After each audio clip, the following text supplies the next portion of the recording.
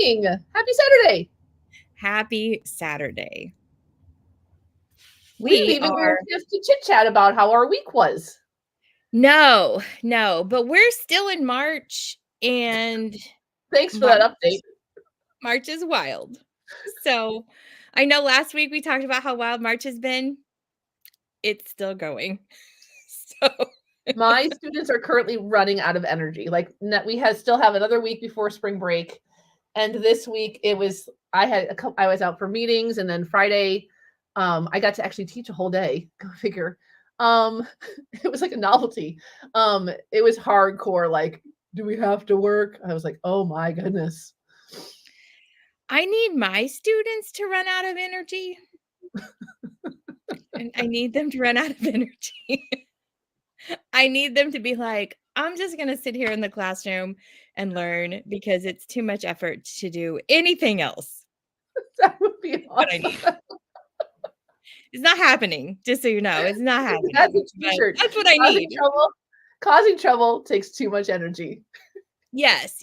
Can we get them to that point? So we have one more week until spring break, and the administrative assistant whose office is right next to mine, I want to say about Wednesday this week, I came out at like 2. Like I finally see her at 2. I was like, good morning, because I hadn't seen her all day because it had been that busy. And she's like, what have you brought to us? Because this is my first year in that district. She's like, it has not been this crazy ever before. I'm like, oh, good.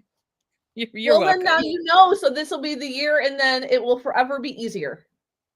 I'm hoping, because it has not been like this until March 1st. And so March Madness, here we go. But spring break is coming up, and I'm super excited about that.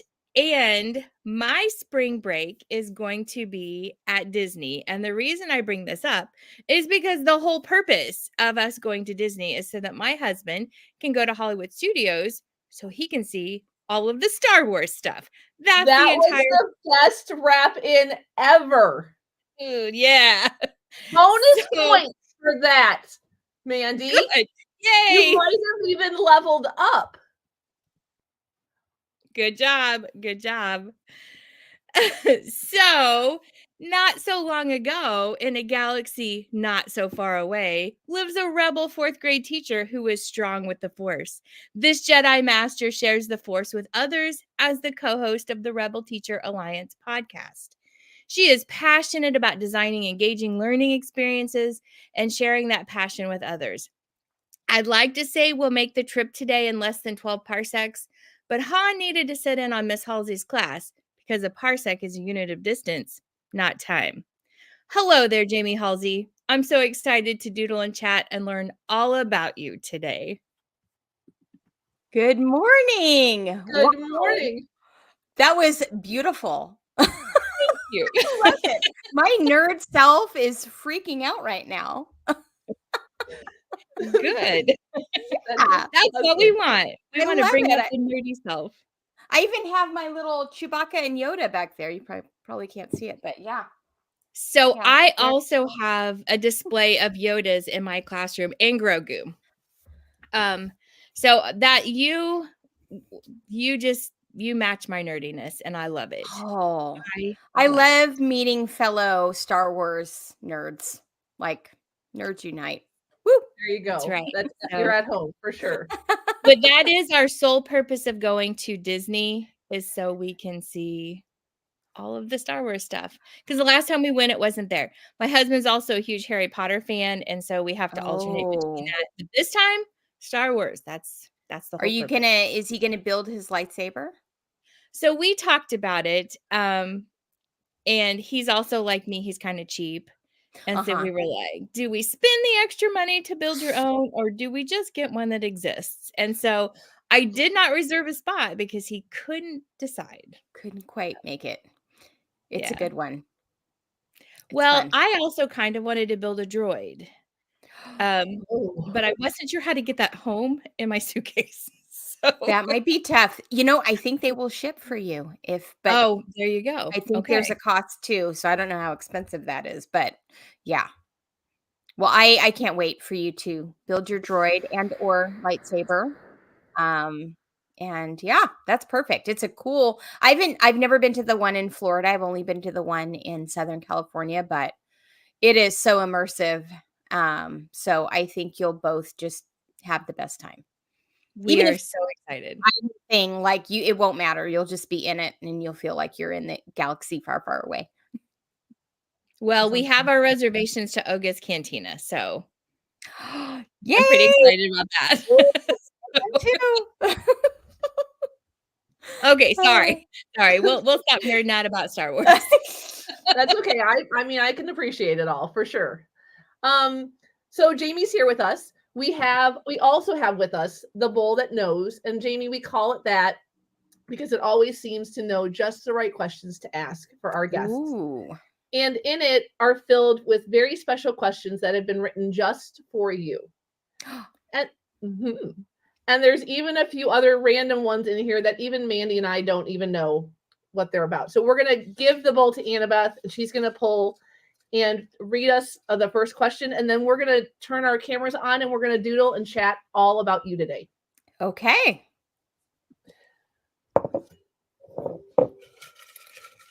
Okay, good. I was afraid there was going to be feedback because I was getting it from my phone, but you guys have me all fixed good. on your end. Perfect. Perfect. Okay. What is a Rebel Alliance podcast moment that still makes you smile or laugh when you remember it? Good start. That is a great one. Actually I started as a guest on the podcast, and so getting to meet Scott and Fabian was a lot of fun. And we ended up creating this little special, like a 9-episode special, focusing on gamification. But they invited me on and asked me to become a permanent fixture, as they say. So I was they asked me to co-host, and that was a really exciting moment for me. I never in a million years thought I would ever join a podcast or be part of that. So it was a really just a fun moment for me. And I love them because they're so quirky and weird, and I'm the same, and so we get along really, really well. And so just those kind of moments each week when we record on Tuesdays, and we have these just fun little chats, and they make me laugh, and it's just a great time with them. They're a fun pair because I've been on your podcast once when you were on it, and then I think once before. And Scott's actually, does he still teach in Hawaii? He does, yeah. Which makes it fun. And is Fabian in California also? He is, yes. So he has an accent. So he originally was from somewhere Germany. else. Right? Germany, yes. Yeah.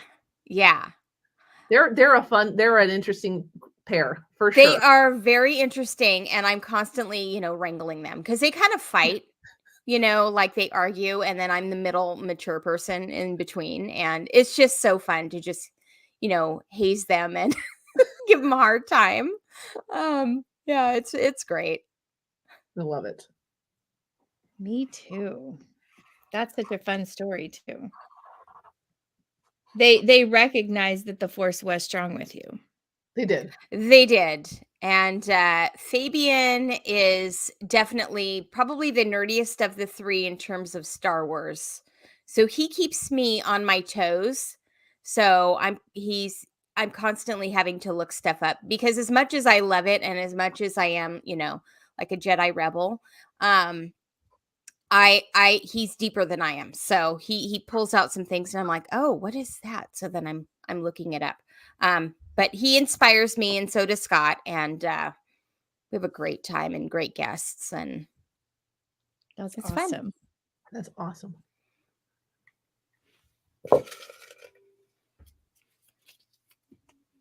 I like that little doodle, the little microphone.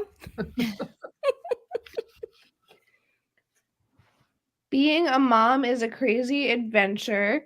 In what ways is your child just like you, and what ways are they totally not? Oh my gosh. So it's Serena, right? Close, Sienna. Sienna, sorry. She's 20. She's in college.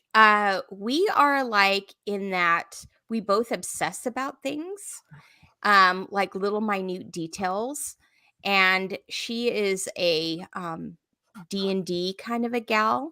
And although Okay. I'm not a D&D kind of a gal, she will go deep into all these worlds and fantasy tropes and all of that. And so when I find something that I like, whether it's Star Wars or travel, or I watch a documentary and then I have to learn everything about it, like I go in hard and I obsess for a long time. And she's like that too. And I would say the way that she's different than I am, she is such a free spirit. Like she really doesn't care about what anybody thinks about her. She is really true to herself. She's very daring, like with her hair color and her attitude, and she's just strong. And I just appreciate her strength and her individuality. I love that. Mm-hmm. So I feel like with our children, so I know we talked earlier, I have a son that lives at home, same age, Mm-hmm. but I have a daughter, the one that we talked about earlier too, that lives at home, and she is also into D&D. Really? She is. As a matter of fact, for Christmas, she asked for like a box to keep her dice in. Oh, And yeah. then she also asked for specialty dice. Uh-huh. Like she likes the artisan ones that people make. And so yeah, she's really into that too. So as you're saying that, I'm like, I feel like our kids are kind of the same. They could So hang out they probably. could, yes, they could. And what I love about it too is that she's got a great group of friends. And they all play once a week religiously. But then my husband also plays. So she will DM for her friends, which is Dungeon Master. But my husband does it with his friends and her. And she leads the middle-aged men through whatever Middle Earth style place that they're going. So I love it. and then they also, there's like online Dungeons and Dragons. And they do that together too. So I think that's really neat to kind of watch their relationship blossom with that. And I love that it's their thing, and that I've tried to get into it. I'm not an actress, and I can't quite like put myself in there. And so but I love that they do that. Absolutely. Just messed up my spelling. Gosh darn it. That's okay.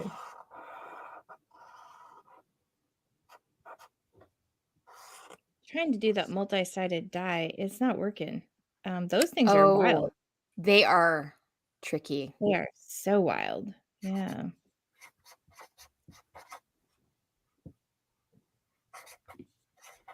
I'm trying to draw one too. Yeah, I can get the top, but the pointy bottom is the hard part for me. It is, and I probably didn't put the time into that I needed to. So that's okay. I know what it is, and you know what it is, and that's all that matters. That's right. Dungeons and Dragons is a wild world out there. I tell you what. It sure is. So I also have not played with her. I think though that's something that if I ever started, I probably would really be into it. And so it's probably a good thing that I haven't. Yeah. I mean, they have a language. It's got its own language, just like anything, like whether it's education, Star Wars, whatever. It's got its own language. So they'll have these very elaborate discussions at dinner, and I have no idea what they're talking about. Like I'll pick up things here and there, but they're building characters and worlds and talking about creatures and tactics. And I'm like, it's crazy, but so fun. And I love that it's kind of had this resurgence, I think, with Stranger Things. Yep. And so that's just so neat. And so many kids are glomming onto that. And that's such a Gen X thing, and it's so fun to see kids enjoy it. I also loved how in the Stranger Things, they even played off the whole, like, it's the devil's game and everything like that. Because I remember growing up thinking, like, ooh, you play Dungeons and Dragons. Or if that's bad. That's not good, And now I'm like, yeah, Dungeons and Dragons. I've never played it either, but like, it's like awesome, right? Yeah. It does have, I mean, I bet you, knowing you, Jamie, you do pick up things for your own classroom game, though, because there are mechanics of that game that are so beneficial to a gamified classroom, for sure. Definitely. I mean, and I use a lot of dice. So talk about a dice problem. I have I've got like one of those little drawer, like plastic drawer container things. And it's all 3 drawers are full with all kinds of dice. And then we obsess, right, in my family. So we keep buying fancy dice and all these different dice. So every year I get like new dice. So then I have special dice that I bring out in the classroom for myself when I'm playing against the kids. So it's become like such a thing.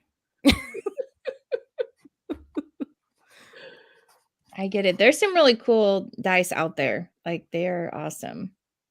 There's still a pair that I want. We had another guest on, Jamie, and I don't know if you have these, and she was doing an activity with us, and there's dice within dice. Have you seen those? Those are on my Amazon wish list. I have seen those. Those look really cool. I know. I'm afraid that those will make my kids twitch a little bit. So I'm like, hold off on buying them. Yeah.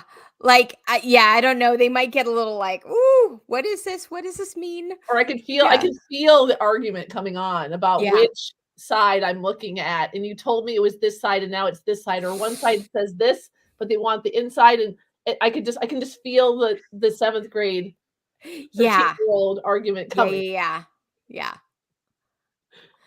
It is kind of funny though, because all of my students now, they know what a D20 is and a D4 and all of that stuff. So they're like, oh, I have this card, and we can talk about gamification, whenever you want to dip into that. But, I have this card, so I need a D12 for that, Mrs. Halsey. And I'm like, okay, go get it out of the drawer, I love it. I love it.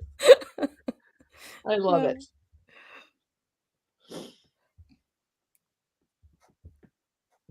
Well, let's see if we're going to talk about gamification. I don't know. The bowl decides. I know the bowl decides. So,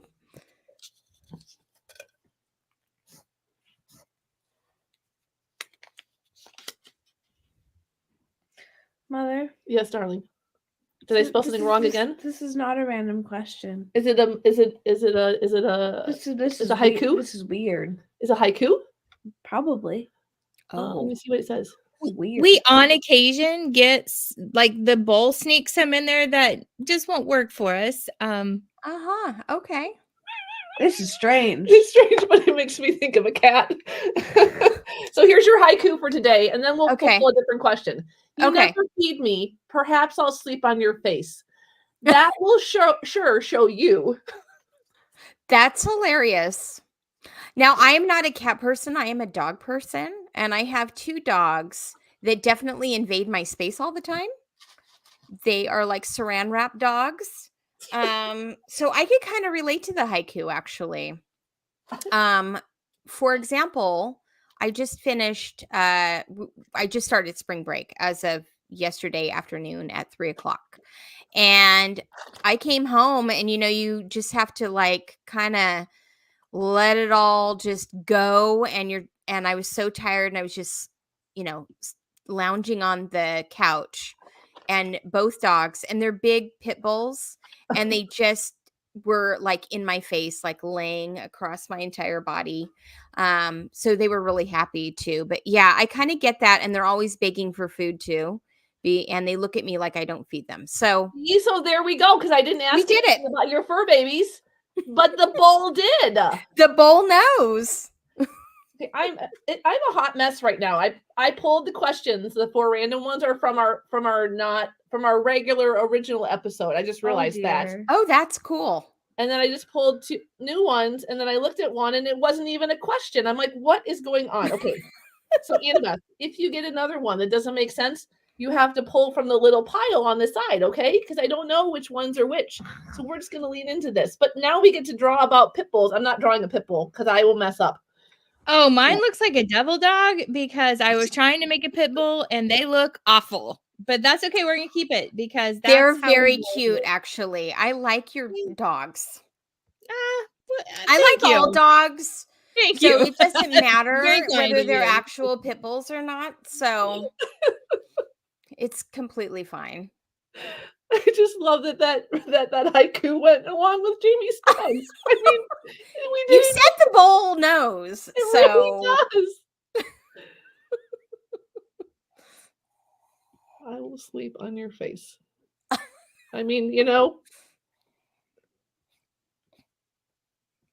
I always like to look up for like what fun questions to ask, and I was on a website that gave like funny questions to ask during a podcast. I bet you that wasn't one. oh, the haiku and the Yeah. Probably not. You know, I kind of feel like I need to bring it to my podcast There you go. and just let the fellows riff off of that and see what they say. That would be funny. We could join the two We could join things forces. together. Uh-huh. All right, lady. You ready? Yeah. What is something people don't know about being Placer County's 2020 Teacher of the Year? Oh yeah. It was a bit ago, wasn't it? I was like, oh, that was just 2 years ago. No. That was 4 years ago. It was. And it was at the height of the pandemic when it all kind of went down. Like when they came. So the way I don't know how it works actually. They just showed up at my classroom door. So it was like the superintendent, my principal, and a bunch of directors at the district office. And they brought like a flower with them. And they just walked into my classroom and told me that I was nominated as the district teacher of the year. And then like a week later, we went on lockdown. So Oh that my. was kind of crazy. Yeah, it was kind of crazy. Actually, it's really interesting. I didn't know how the whole process works, like behind the scenes. So there's different stages that you go through. So like first it's like school or district, and then you get put into the county system, and then you compete. Which is so strange. And so I had to be interviewed over Zoom by the county. And then from there, I was chosen to be the county one. And then after that, I was assigned like this coach to go and try to become the California Teacher of the Year, which I didn't know that was a thing. Well, I knew the California Teacher of the Year was a thing, but I didn't know how it related to anything else or how anyone did that. So then they coached me, and I had to write like 8 essays on different topics. And I had to get all these letters of recommendation. There's like this whole behind the scenes things. And then we just sent it off. And then they either, you either move on to the next stage or you don't. And so that's where I stopped. But I had no idea it was such hard work to do that. And yeah, it was an interesting process. And I was surprised that I got selected, and it's really cool. That is cool. Do you guys have that? Like those state things? We do, yeah. So Missouri actually is a very similar process. So we started our district, and then we go to our region. Okay. And then, so probably the same as your county. So Missouri has regions, school district regions, and then from there we go on to the state. So got it. But the same process, like letters of recommendation and like the whole thing. It's a lot. I don't think people realize like it's an honor to be nominated, but it's a lot of work. It is. It's a lot of work to do it's that. a lot of work, a lot of self-reflection, which I think is always good. But yeah, it took up chunk of my summer, because I think it was like I said, like in March when it all kind of went down. And then I got selected at the end of the school year. And then the summer was when I had to do all that work. Yeah, it was well, and I was like, you're assigning me a coach? That's kind of strange. But yeah, they help you through the process a little bit, but you kind of have to do all of it. Yeah. That is a lot. Mm-hmm. It's like, do I really want this title? I know. I was like, what am I doing? Can I just have a summer, please? And then I don't know about where you're from, but if you're selected, then like there's a lot of speaking engagements and a lot of time out of your classroom. And I know Missouri used to, I don't know if they still do it, but for the year that you are serving, a lot of times they will just put a sub in your class and you just spend that time traveling and talking. And so that's kind of a lot of pressure too. It is. It is. So I was actually grateful I didn't move on, because they do. They make you basically take a leave of absence for a year, and you travel around the state, and then I think you compete in the national one too. So then there's that whole thing.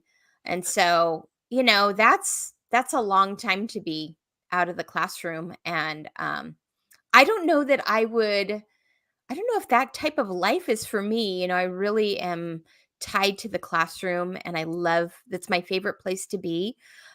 Besides from home with my family, but like in terms of job, like I can't imagine being out of the classroom doing that. That just, Yeah.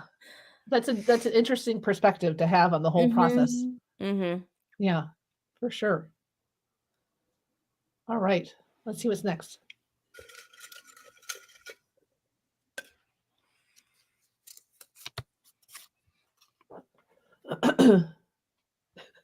She pulled another haiku. She's going to the random section. Who is your favorite teacher? Oh my God. Oh. Yes. Okay. This one's pretty easy. My husband is a teacher too. Stop it. I swear. So he's definitely my favorite teacher. Actually, it's really neat because he also gamifies his class. So I've been teaching longer than him. So he came, kind of late to the game. So we went from his teacher prep classes all the way to student teaching to, his first year. And now he's 8 years in. But I have the Jedi Academy, and he's got the Marvel Academy. Nice. And we have the best conversations about school and our jobs, and we riff off of each other and get ideas from each other. He was the one that actually initially told me about gamification, because he had read a book and he had been to one of our local kind of technology kind of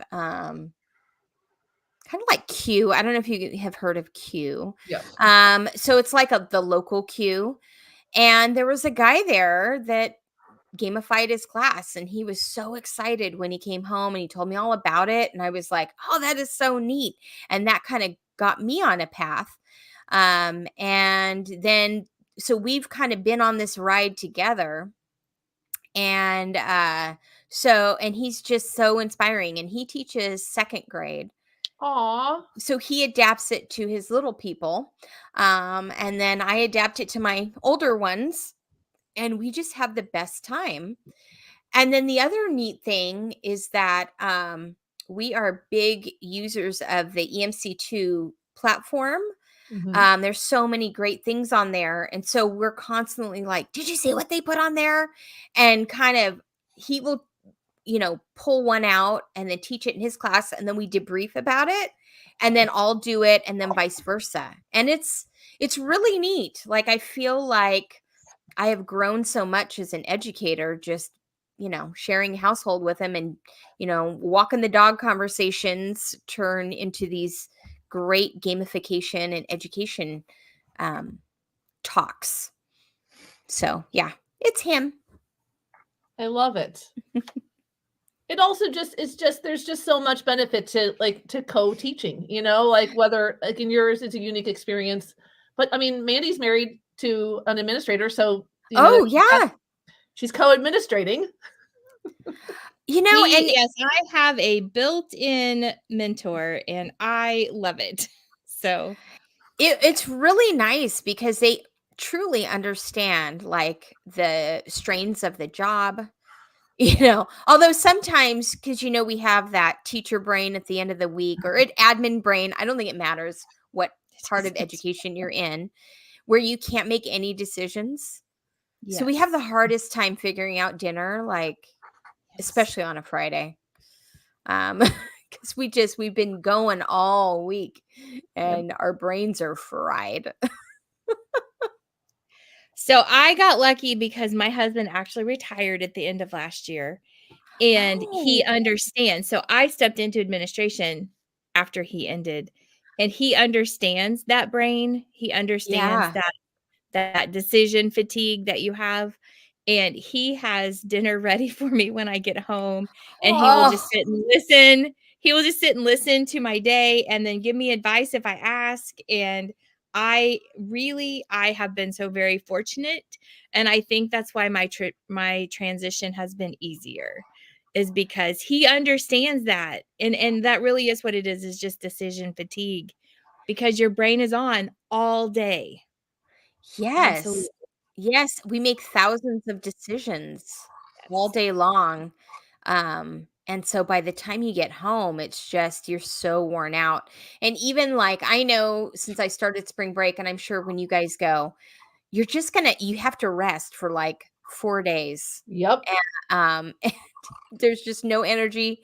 And as much as I would like to clean the house, that's not happening until at least the middle of next week. So I just have to, decompress. And he's the same way. So he does the same thing. Now, unfortunately, we are not sharing a spring break this year. We didn't share one last year. So as soon as I go back, he goes on spring break. But the nice thing is then, like your husband, we kind of tag team it. So when he's working and I'm not, I kind of do the heavier lifting and then vice versa. So it's always nice when it's like that. It is, yeah. And this is so cute. Yes. Speaking of Disney, he is taking his mom to Disneyland during his spring break. Aww. Isn't that cute? Yes. It's so they're going to have a little mom and son trip down to Disneyland. I love that. Because you're not too far away from it, right? I mean, to drive, it's far, but it's only an hour and a half flight. So it's about an 8-hour drive. Okay. But yeah, but she's in Nevada, but only like a couple hours away. So they're going to meet each other down in LA and then go to Disneyland together. How for fun. a couple of days. How fun. Mm-hmm. Ready, kiddo? Yep. All righty. Let's see what else the surprises are there. Oh my gosh, it's a question. It's a question. What do you know? Oh my gosh. Who would have dreamed? It's not haiku. It's not haiku.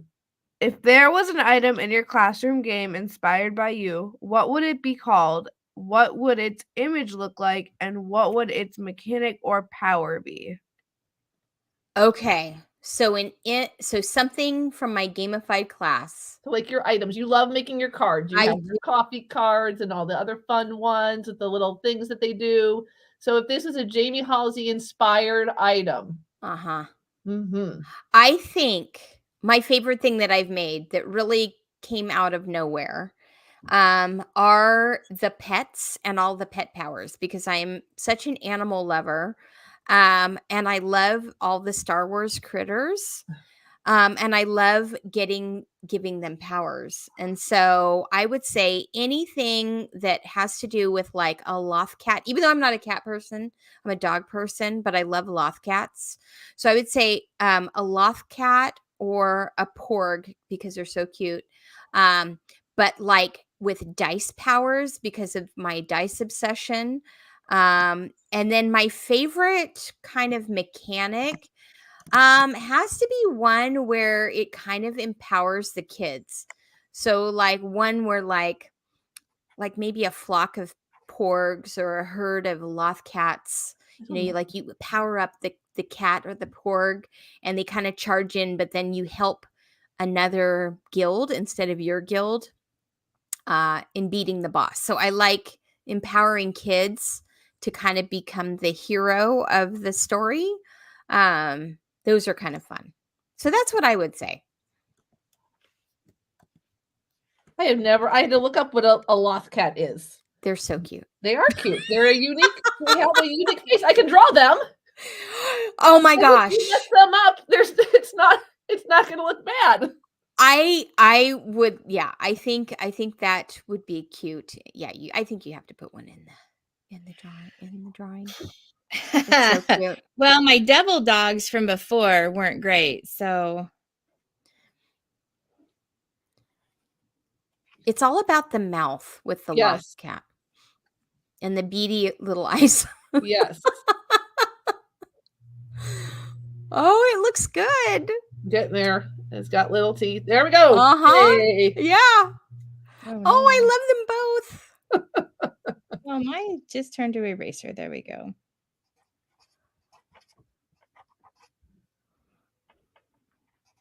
That's so cute. Her eyes need to be a little bit bigger there, little beady eyes. So, it's okay. I think it's super cute. Dogs and loth cats. Things, 2 things we never thought we would be drawing. Yeah. Porgue, is that porg? Yep. Oh wait, PORG. Just no. Did you say no? you? Okay. PORG. Yeah. PORG. Okay. Yeah, you got it. And I don't remember what those look like at all. They kind of look like penguins. Okay. Like a penguin with like not a beak, like a little nose I hole. Do know what those are. Yeah. Shape, but they're birds. Yes. I don't know that I knew the name of those. Yes, they're called porgs. But I they're love very cute. those. Yeah. They're so They are a very sweet creature, but vicious, and apparently in my game because they will turn into a flock and do what? Tell us. And go after the boss. Oh, that's right, because you just said that. Duh. Oh no, it's okay. Actually, the other thing I really love? I love all the lightsabers. So they build lightsabers in the class, and it's so fun to see them, see my students collect resources to build lightsabers. And I'm obsessed with them. So when I went to Disneyland, I built one. And when the kids achieve a certain level in my classroom game, I knight them. So they go from like a Padawan to a knight. Oh, I love and I it. pull out my my lightsaber I made in Disneyland. And when you turn it on, it makes the noise. And when you move it around, it sounds like you're, fighting Darth Vader. And so I knight them, and it's become this cute ritual. Actually, it's kind of a serious ritual, to be honest. They go down on one knee, they take it very seriously, and then they decide if they want to go the Jedi path or the Sith path. Oh, I love it. And so it's a lot of fun. And I always turn out the lights so that way it glows brightly in the classroom. And it's really neat. And then all the kids clap at the end. It's fun. So I like that part too. And then they have their own lightsabers that they create, but those are just cards. I love it. Love it. I do too. So what color is the saber part of your lightsaber? It's blue. It's because of Princess Leia. She had a blue lightsaber. So I have to have a blue lightsaber. I love it. But I have several kyber crystals, so I can change the color of my kyber crystal in there. So I can make it white. I have white, red, green, and blue. Wow. Okay. And impressive. I found out, I did not know this, the Kyber crystal color changes the sound that comes out of it. So it sounds slightly different depending on the color you put in. And this is the one you built. Uh-huh. Okay, Yeah, so you're gonna want to know what you're convincing me. this episode. Am Mandy. I okay? Uh-oh. You're convincing me we may need to build this lightsaber. So yeah, those Kyber crystals in Galaxy's Edge are pretty amazing because they also have those holocrons. And so depending on what color you put in the holocron, different voices will come out. So like if it's red, obviously Darth Vader will talk to you. But if it's like green, Yoda will talk to you. So that's kind of neat too. And they fit in the lightsaber or the holocron. So Nice. they really have something going on that's pretty special. I cannot wait. Yoda's my guy. Let me just tell you, he's always been my guy. So he is amazing. And he helps you when you build the light. So now I'm going to really try to convince you. So when you build it, and I'm not spoiling anything, he guides you through the process. oh, So it's like an experience, like you're getting the lightsaber, but it's like a thing. It's You're like getting okay. Mandy's like, and I'll be scheduling my And now. And as soon as we get done, I'm going to get on the app. We're going to get that scheduled. So, And he won't just have one, I will too. that's right. We may be building two. So, yes. So yeah. So get ready. But no, it was really cool. And then I, of course, I got a little misty because now I'm a Jedi, right? And so yeah. I can't recommend it enough. cool. So fun. It sounds so fun. It is. It does. All right, kiddo, let's see what's next.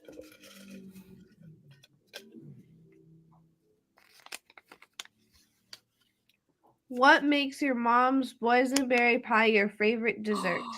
Oh my gosh. How in the world did the bowl know about my mom's boysenberry pie? Okay. The bowl does a lot of research The on bowl it. does. So number one, boysenberries are actually kind of hard to find. They don't grow for very long periods of time, and I think you can only get them from like Washington State. And so, so the fact that and they taste a little bit different than blackberries. So they have like a distinct tartness. It's a little bit different. But what makes my mom's pie amazing is her crust, and she makes it homemade. I have the recipe. I have made them, but she has this magic touch where she doesn't overwork the dough. So it's just perfectly flaky, perfectly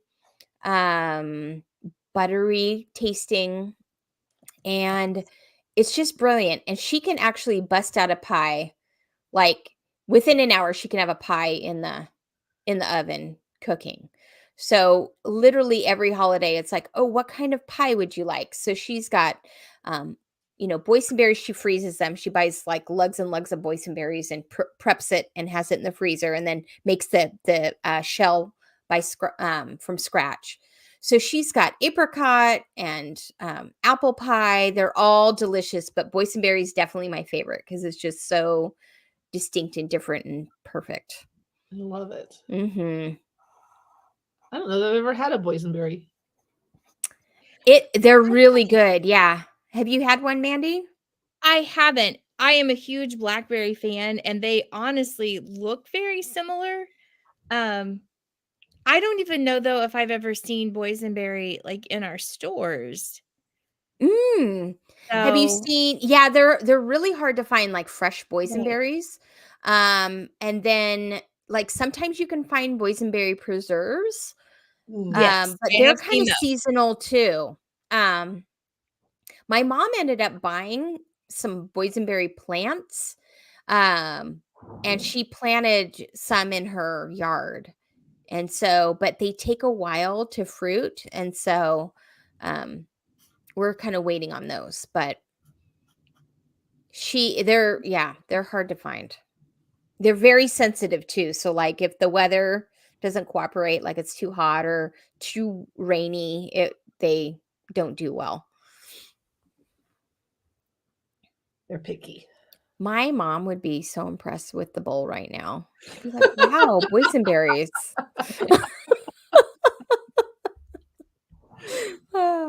I'm happy. All right, kiddo, let's see what we got. Okay.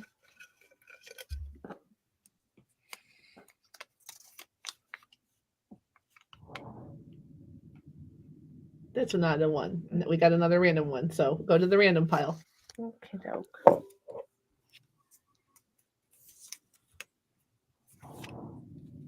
What is the best pair of shoes you have owned? Ooh, that's really easy. I love my Birkenstocks. Me too. Is that like a California thing? No, people like No. them all over, I love right? my Birkenstocks as well. Okay. They're the best shoe. They travel well. I think they're really cute. Like some people think they're ugly. I do not. I think they're very cute. I have a couple of different colors and they're just comfy and cozy.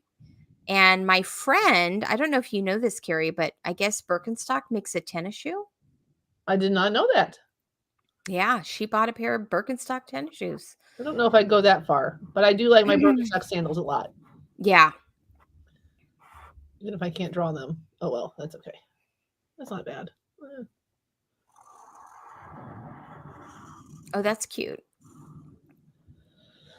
Yeah, except for I So don't like, I personally don't like though that the kids have started wearing socks with them. I'm kind of anti-socks, Yeah, I think that's wrong. especially Yeah. white socks. Like we Ooh, were no. having this Mm-mm. conversation before, like in our day, it was okay to wear those gray socks with the gold little, line Yeah. on them, the trail socks, but white Yeah. socks is like a no-no in my mind.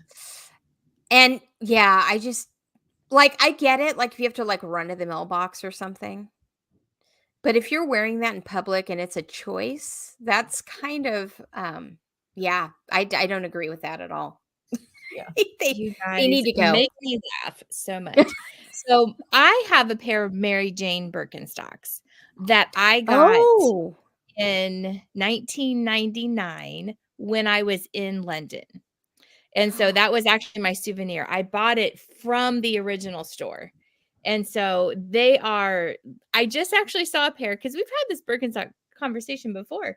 I actually just saw a pair in a department store that look just like mine, but they are not really? constructed the same. So like I bought these a long time ago. So mine are heavier than the Yeah. ones that are out now. They look very similar, but you can just tell that the construction is different. It So makes I me don't wear mine right. wonder. Yeah, I wonder like if you went back to that original store, or are they German Birkenstock? Or are they English, British? This was the original Birkenstock that we were at. Trafalgar Square. I never Uh-huh. can say that right. I'm pretty sure is where it was at. But Okay. they said this is the original Birkenstock store. And I think the ones that we sell here now are different. Like I think they're two separate companies now. That kind of makes sense because I have blown through a pair of Birkenstocks. I didn't quite catch it quick enough because it went through to the cork part. Yeah. Apparently they'll resole it if you don't get all the way to the cork, but once you hit cork, forget it. Yeah.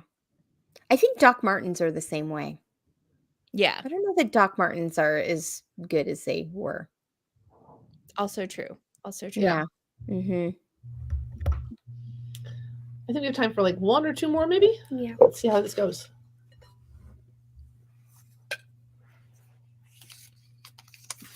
Oh, I was hoping we dear. would get to this one. Oh, As a fan of The Walking Dead, we have 3 questions for you. okay. So 1, would you rather endure a natural apocalypse or one started by humans? Ooh. I guess I would have to say it. I almost think a natural one because it would make me feel like people didn't do this. You know what I mean? Like I'd have some faith in humanity. Until the apocalypse hits. I mean, it's all apocalyptic, but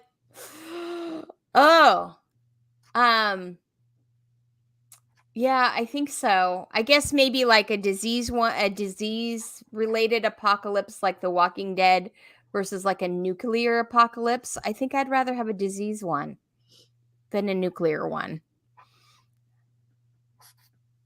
All right. What's the second Yeah. question? What would you want to be an expert in? Bow and arrow, or gun, or sword? Ooh. Okay, so I see the benefits and negatives for each. I don't think I like the distance of arrows and guns, but I don't like the noise that the guns make. So I would say no gun. So then it's between a sword and an arrow. I don't really want to get too close to a zombie, so I'm going to say bow and arrow, but then I'm going to have to retrieve said arrows. So that's inevitable. I guess if I can make arrows and I'm like an expert in making them, then I would say probably the bow and arrow. All right. Okay. And number 3, which 3 people would you want to be with you when the world stopped? Yeah. Oh, just in general, not from the show? Correct. In general, like if you were like, we've actually had this conversation before more times than I'd like to admit, and it's just fascinating to me. It's like the world stopped and you're on the highway and you look around. Who would you want to be there with you? Yeah. Yes. Okay. So, I mean, the obvious choice is my family. But then there's like other choices, right? Like if I want to survive, like I think I don't know. I mean, my husband is pretty good. He's very clever. He's very smart. Yeah, I think he could probably get us through. I don't know. I don't know if my husband could. I already know that Annabeth doesn't want to live past the day that the world stops. I already told her she's that. already made that decision. And then my other child would be dead weight. I don't think they would be helpful at all. So okay, so I kind of feel like my daughter would complain a lot. But I also don't know that I would have the will to live either. I understand what you're saying. I think I would just let her turn into a zombie and then just eat me, and then I can be done with it. Then she would be happy because she would be a zombie, and then she'd get her sustenance. So you'll be with your family, but ultimately they will eat you. I think so. Okay. Yeah. I love it. New plan. That's my plan. Yeah. Oh.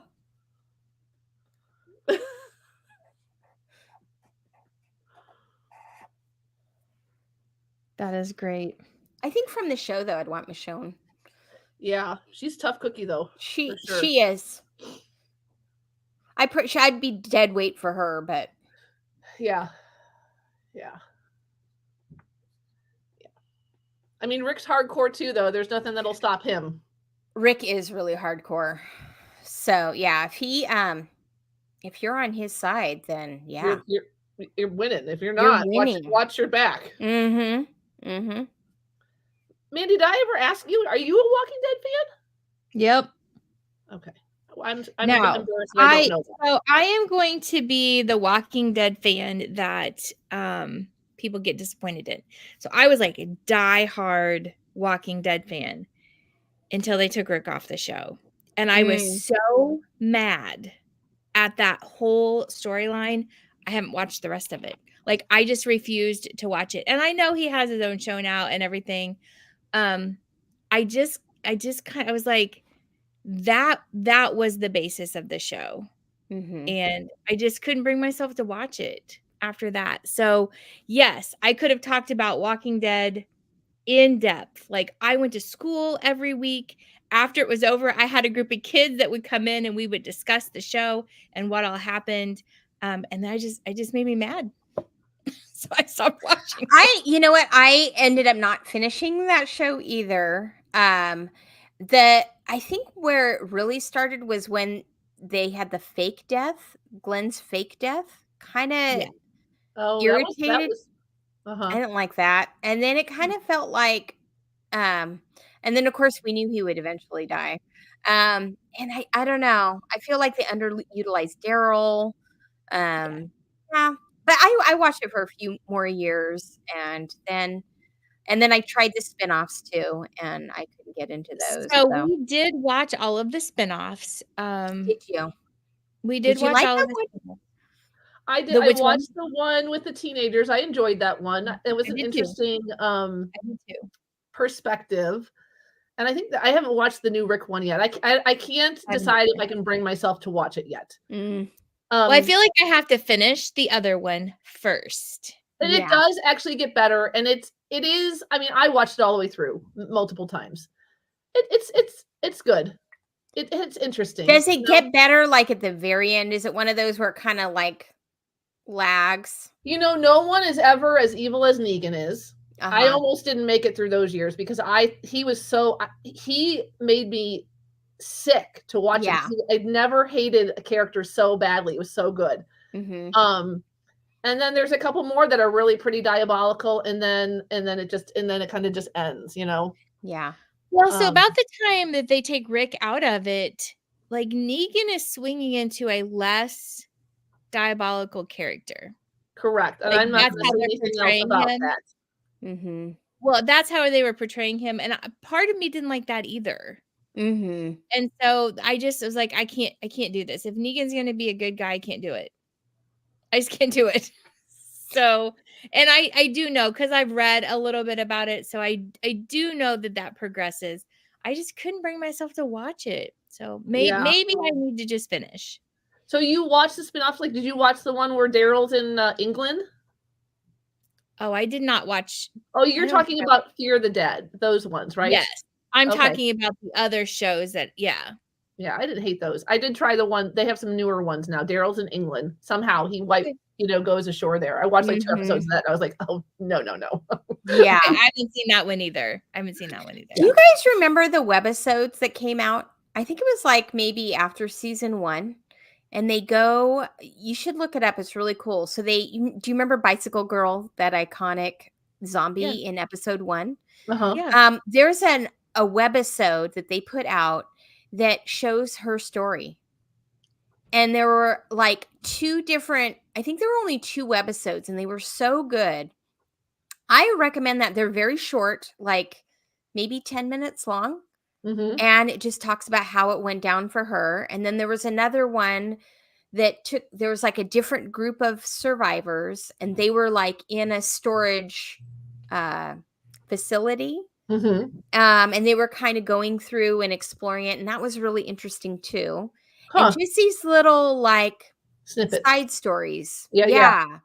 And so I kind of thought that that's where the story was going to go. Like they would take these iconic zombies, and then you find out like what happened to them. And it's kind of a bummer they didn't do it. Yeah. Interesting. Yeah. Interesting.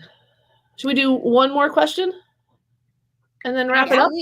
And as she's pulling that question, I do want to tell you, I looked it up. Birkenstocks are German. So I think I am thinking Doc Martens. After you said that, I was like, am I thinking I think your Mary Janes are Doc Martens. Yes. They are Doc Martens. So yes, you were correct. I don't want that on our YouTube show. And they're like, she does not know what she's talking about. You're right. I don't. They are definitely German. But they do have Mary Jane style Birkenstocks though, because they've expanded. They've done like clogs and all kinds of things. Yeah. We're going to end on a random question. Yeah, but that one makes even less sense than the other 2. Well, you know, when you go on the internet and you ask for random haikus, you never know what you're going to get. You get random shoes attacking, shoelaces attacking. I mean, should we read this one? Should we just end with a haiku? Yeah. Why not? And this is crazy because this is a haiku that Annabeth just pulled from the mistakes that I made. Shoelaces must attack at once. Didn't know that was you. It is very random. I think we'll just end that because we just wrapped up with zombies and shoe corrections so that people don't think Mandi doesn't know how to talk about shoes. We'll just end on an attacking shoelaces haiku. I do think shoelaces might be bad in the apocalypse, because if they're untied and you're running from zombies, that could be a problem. You're right. I'm going to have to draw some shoelaces now.